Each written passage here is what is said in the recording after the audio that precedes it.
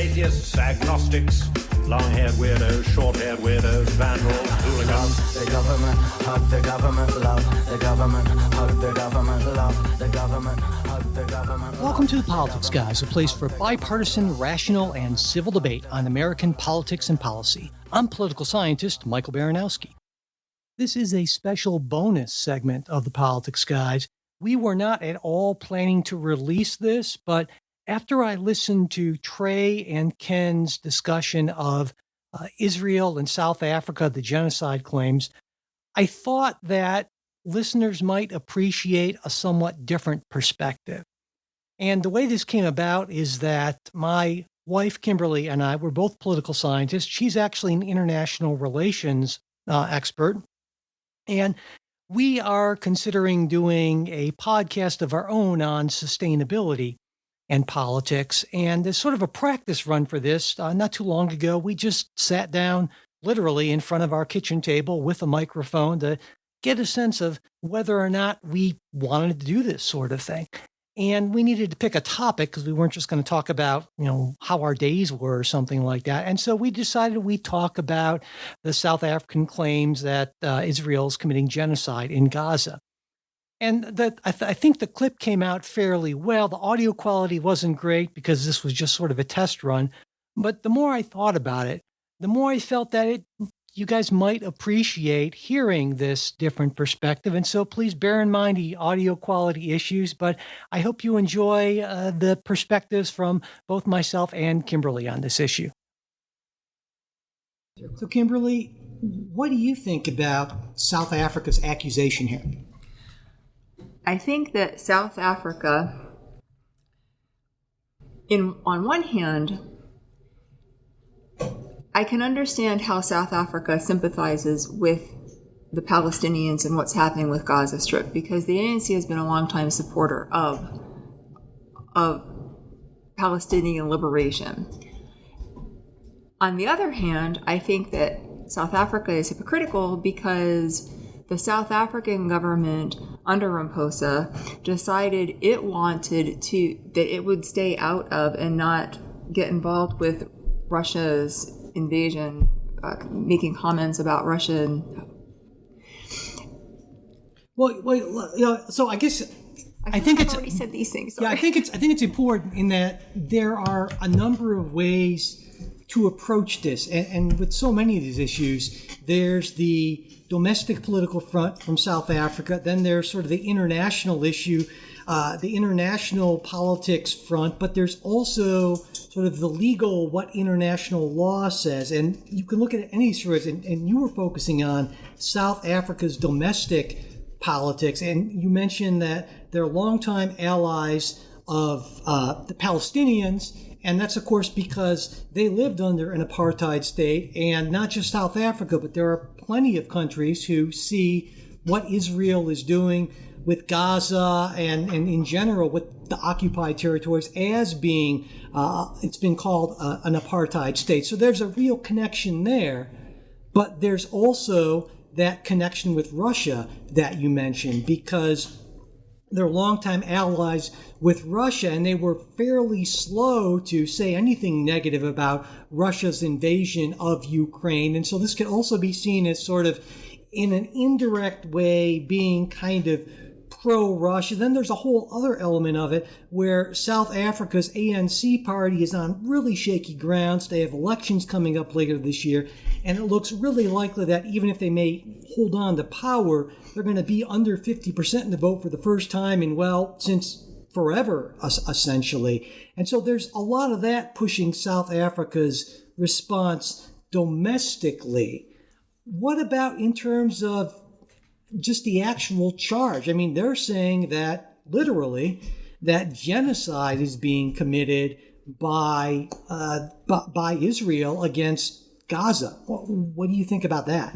Well, first, I want to comment on the internal domestic politics of South Africa, because very much that seems like a wag the dog situation to me, where there's an attempt by the South African government under Ramaphosa, and especially the ANC, who's been under criticism for a long time, to just deflect and put attention somewhere else, away from the high unemployment rate, especially people aged 25 to 34, who it's almost 40% unemployment rate.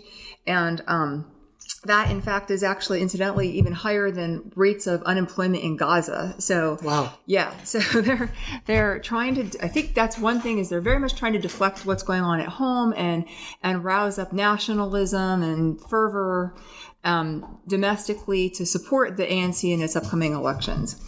I think as far as the Russia aspect, that it's interesting that even though South Africa was not critical of Russia's invasion of Ukraine and tried to stay out of that Russia turned around and sort of undermined South Africa anyway. And so then, to the point of its position on Israel and its accusations, I think its accusations are quite unfounded. I think that while, if you consider the actual definition of genocide as it's been laid out by the United Nations after World War II, I think that it's unfair. I think that it's completely inaccurate that what South Africa is saying, that Israel is committing genocide against the Palestinians. And just on that point, because probably most people don't have the UN Convention on the Prevention of Punishment of the Crime of Genocide definition of genocide memorized. It consists of acts intended to destroy in whole or in part a national, ethnical, racial, or religious group through killing, deliberately inflicting conditions designed to bring about its physical destruction, inflicting seriously bodily or mental harm, preventing births, or forcefully transferring children of the group to another group. That's pretty broad, really. Yes.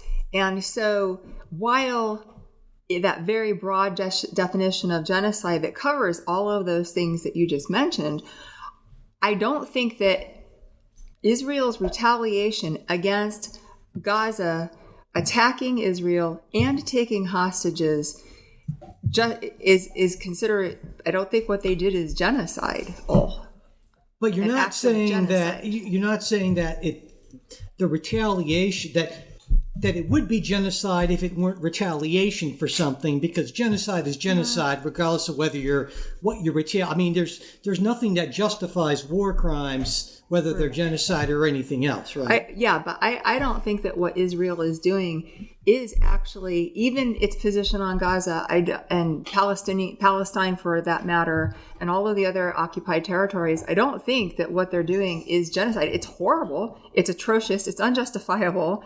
But because of, unfortunately, the way that Israel was created and carved out of this Middle Eastern territory that was largely dominated by Muslims, that I think that, we have to remember that when we're talking about these issues, we're talking about people, and these were people who were living and occupying these areas. And then suddenly the United Nations resolution comes along after World War II because of the horrific things that happened to Jews in Germany, and decides to give the Jews a homeland. Okay, you get to have Israel, and completely displaced everyone else in the process. They lost their homeland in the process. So while I sympathize with what is going on with the Palestinians, and certainly as oppressed people, I can understand why they have had to feel like they've had to resort to violence because they're oppressed. This certainly doesn't justify what Hamas has done. And in fact, I think if you look at that definition again, Hamas actually does fit that definition of committing war crimes, but for sure. Hamas can't be tried because it's a non-state actor, and the ICJ can only... So in other words, even if the ICJ were to issue a ruling, that ruling could be technically binding on Israel, but not binding on Hamas, which is why South Africa had to bring it and Hamas couldn't bring it, because it can't be a party to a case in the ICJ. Right, but the International Criminal Court could actually lodge charges against Hamas. But again, the extent to which even the ICC has any power to actually enforce anything. Yeah, It's sure. like, I mean, Hamas wouldn't be in power, wouldn't have the situation, be in the situation it is, if that were the case. And so,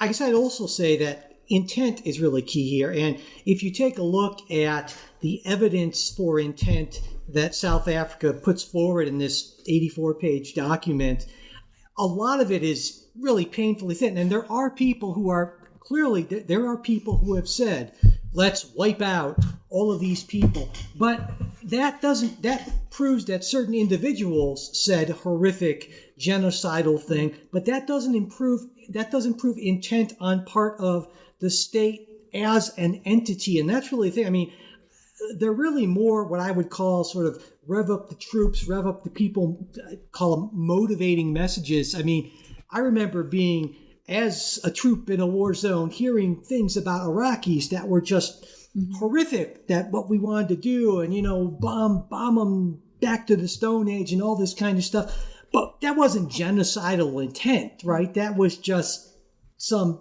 maybe not okay stuff. But there's a huge difference there, I think, and that's important to point out. I agree. I think that Israel's got lots of internal dissent and internal domestic issues as well.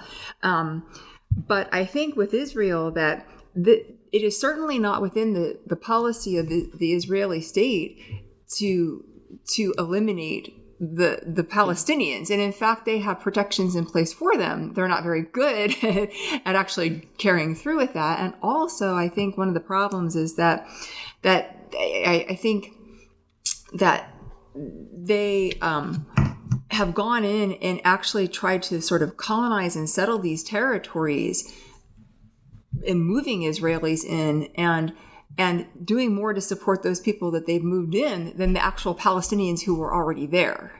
Yeah, and that displacement thing through setting up settlements, that's not really part of the genocide. Now, you can argue that those are violations of international law, and the UN would agree with you about that, most countries at least. Also, I'd say you can perhaps make a case that certain war crimes have been committed. There's really not a war you've ever seen where there haven't been war crimes that have been committed.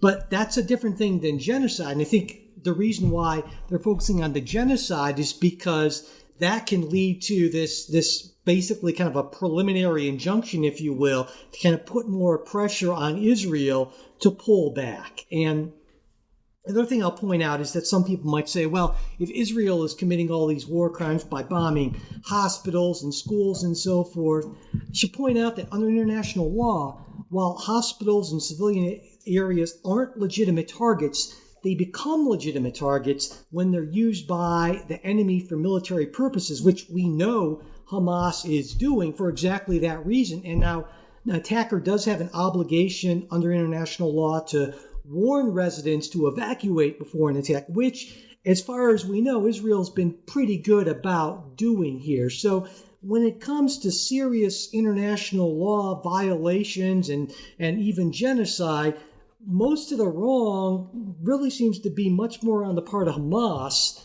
than on Israel here. For certain. And I mean, there's a difference between horrific acts and actually committing genocide. But it's interesting that, as you pointed out, that South Africa took this route because it gives it leverage as a way to try to forestall any further action on the part of Israel in regard to what's going on with its attempt to try to get hostages back and deal with the fact that they were basically terroristically attacked by Hamas on their own domestic sovereign territory. And this is one thing that makes it really interesting as an international relations case, because most of the time other countries don't want to get involved in other countries' domestic affairs. And so, of course, the United States position is going to be to back Israel no matter what. And so, barring the United States and some other countries like France and some other European countries who might otherwise be critical of what's going on, they have to walk a very fine line here too, because of their Muslim populations within their own countries. They don't want to cause domestic unrest, and backlash within their own countries. And so it's for South Africa to push to try to push the International Court of Justice this way to get. I still don't know that I understand what South Africa's position is on this, other than just to actually, one, try to get more support for itself to make up for what happened with its lack of action and criticism for Russia's action, and two, just to draw attention away from its own domestic problems. Well, wow. So I'm going to be the less cynical one here because, which is really, believe me, rare for us, that I really think that the reason why Israel's position in the occupied territories resonates so well with so many regular people in South Africa is they've experienced a legitimate apartheid state. They understand what it means when a small minority in their area is constraining their actions and activities in a way that everyone acknowledges. And so while some people may argue that that's not similar, maybe in some instances the analogy does not really hold, I think that to many South Africans, they see that, and that was a lived experience for many of them. So I think that there's actually a legitimate, non-sort of Machiavellian reason to support the Palestinians, the people in Gaza here, even if they're not necessarily supporting Hamas. Yeah, but at the same time, yes, there's no question that South Africans can and should support the Palestinians, and that most people shouldn't support the Palestinians' plight because they've been oppressed under the Israeli state since its inception. So yes, I agree with you that South Africans actually have a legitimate reason, as you pointed out, from having lived under this. But at the same time, that's not most South Africans' primary concern. Well, sure. No, right? Yeah. And that's what I'm trying to say here is that, so this is something, so why is it that the South African government is focusing on this instead of a lot of other things the South African government should be focusing on? Right? They can do something about this. I mean, they can at least make it look like they're trying to do something about symbolic this, gesture, right? Yes, exactly.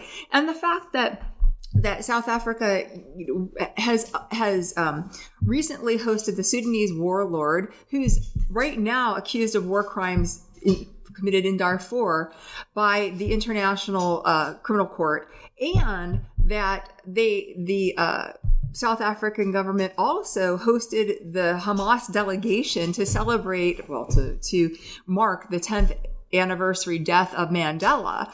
These are things that makes it why does South Africa want to look like a pariah in a system when it needs all of the international help it can to sort out its problems that it's got?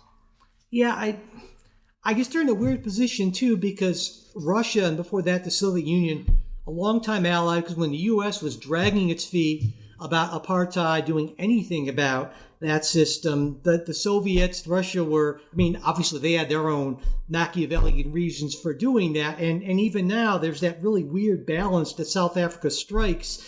And I would say at this point, they're a bit more of an ally of Russia than the U.S. And so it puts them in a really weird geopolitical position in regards to all of this stuff. And is it really how many years after the fact?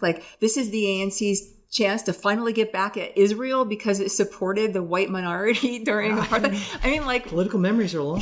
Yes, political memories are long, but again, there are better things ANC could be doing. And so many South Africans are so critical of the ANC and all of the corruption and all of the problems that it's had. This is just clearly the ANC trying to buy some goodwill with its own people, saying, "Oh, remember, here's why we came in power in the first place." Well, meanwhile, Nelson Mandela's rolling over in his grave. Well, I guess maybe it's a win-win. They they feel like, well, hey, it's the right thing to do, and also it helps us out politically. So what's the harm? They had some guy write up Bob wrote up the 84-page thing, whatever, who was probably unemployed because everyone is in South Africa. So there you go. I don't know. Anyway, so let me ask you, how do you think this plays out? Because as I mentioned, this is would take years to fully adjudicate, and I have a hard time seeing this ending with some sort of a directive by the ICJ telling Israel to pull it. But I don't know, maybe it does. What do you think? Well, if it would stop violence now, then that can only be a good thing. But in terms of the accusations, I don't think that the accusations that South Africa has lodged against Israel are legitimate. And I think it's a huge waste of the ICJ's time to pursue these and spend years when they could be working on other things that are much more constructive. And I think that as far as pushing Israel to actually change its policies against Hamas, this is not an effective tool or means to change that either, because Israel is got a gripe, completely legitimately so, with Hamas, because again, it's viewed by the whole world, as accepted by the whole world as a terrorist organization. And as other countries, no matter how much they hate Israel and what's going on, none of those countries are going to support any sort of means to curb a sovereign country's legitimate control over its own domestic territory. Yeah. And I think that's what it boils down to. So I think that this is a waste of time of the ICJ. I think that absolutely the Israeli government has committed numerous crimes and offenses and just horrific things against the Palestinians. I think Palestine should be, I'm really sorry that Israel didn't end up, at one point there was talk of pursuing the two-state solution. I think it would have been in most people's best interest to go that direction. But Israel is also, I understand the situation they're in, because Israel is also in the Middle East in a really precarious situation and position. But at the same time, in recent years, Israel has pursued a lot of agreements with neighboring Arab countries and Muslim countries, and has made a lot of headway and progress in that direction too. So it's not like they're out there on their own like they were in 1967, where actually some of their neighbors were invading them. In fact, actually, they have far more support and have built up better relations with neighboring countries. And it would be better for those countries and neighboring countries to actually move in the direction of finding peace and having peace. And some of those same countries have gripes with Iran, who is behind a lot of what's going on with Hamas. I mean, state-sponsored terrorism of Hamas, and even in neighboring Yemen with the Houthis. So, in the end, all we are saying is give peace a chance. Oh my God, did I do that? All right, we'll leave it at that. That's it for this special bonus segment of the Politics Guys. We hope you enjoyed it, and we would love to get your feedback. So let us know what you thought. Also, before we go, I'd just like to say that if you are a supporter, thank you very much. You make this all possible. And if you're not a supporter, I hope you'll consider becoming one, because you get all kinds of good stuff by becoming a supporter, like ad-free versions of everything we release, the full-length midweek episode instead of just that preview, access to our Politics Guys Discord group where you can interact with me, with Trey, with other listeners, and even the opportunity to listen in and comment when we record the show. You can support us on Patreon and even sign up for our free Patreon trial before you commit. And if a monthly contribution is too much of a commitment, or you just aren't crazy about Patreon, we've got PayPal and Venmo support options too. And you'll find links to both of these in politicsguys.com/support and in today's show notes. If you'd like to get our full-length midweek episodes, but you're not in a position to financially support the podcast right now, just send me an email. I'm at mike@politicsguys.com, and I'll be happy to get that set up for you. And whether you're a supporter or not, we'd really appreciate it if you could subscribe, rate, and review us on whatever podcast app you use, as well as share episodes on social media. And to get in touch with us for whatever reason, there's email.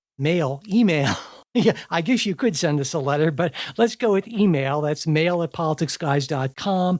There's our Discord channel, which all of our supporters have access to, as well as Facebook and X. And you'll find links to both of those in the show notes.